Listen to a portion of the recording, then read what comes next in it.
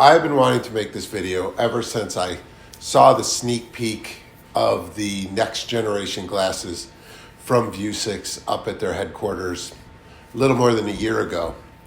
I wasn't allowed to show anything then, but what I saw was obviously a prototype of what they were working on for what became the Shields, and I was so excited to see the next version of the Shields.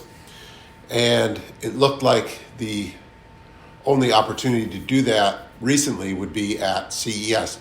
And I was going to CES for work. We had a booth there. So I took a day and I went to find VUZIX. I was going to meet up with Paul, and he was going to give me a little tour of the VUZIX Shields and kind of their features and functionalities. But when I got there, that booth was pretty packed and Paul was slammed for the day. And so I just basically got to do the demo that anybody would have got to do, sign up. So I didn't get all my questions answered.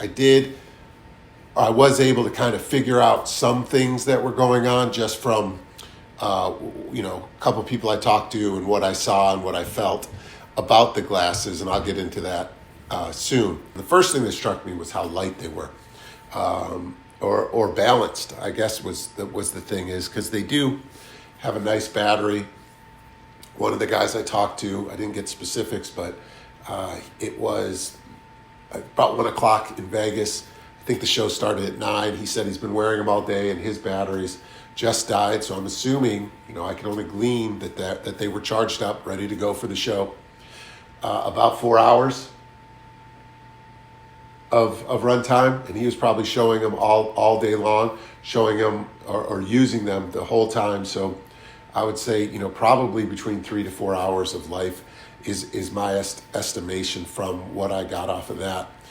I asked about the display. He said it's similar to the Blade, the scrolling display. But one thing that he said was very interesting was that he could put 2 different images on it to make it one giant scroll.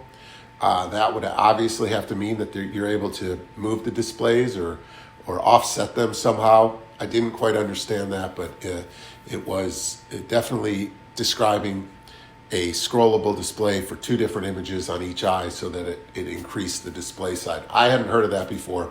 I asked about the colors, and the one he was demoing or that he had on his eyes was Happy Blue.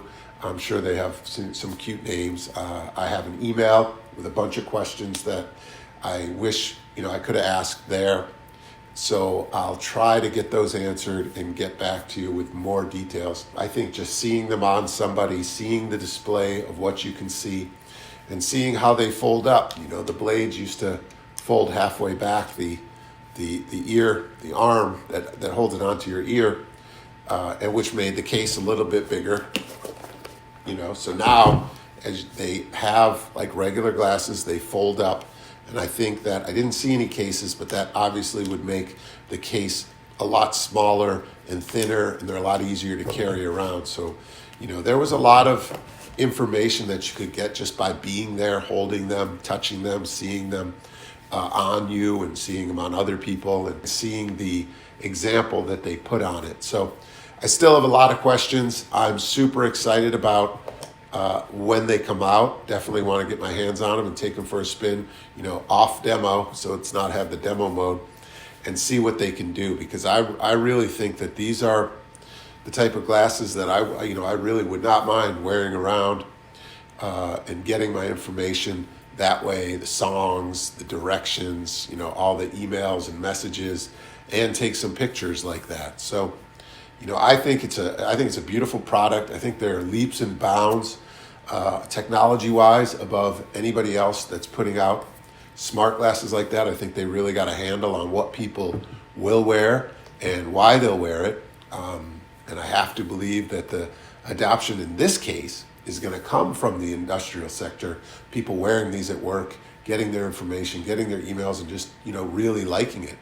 And then that'll kind of port over into personal use and people just that keep them on. They're definitely glasses that are light enough and they're good looking enough for you to maybe not even take off after work. The only way that these are going to become mainstream is if they work, if they improve your life, if they help you do something easier than without them.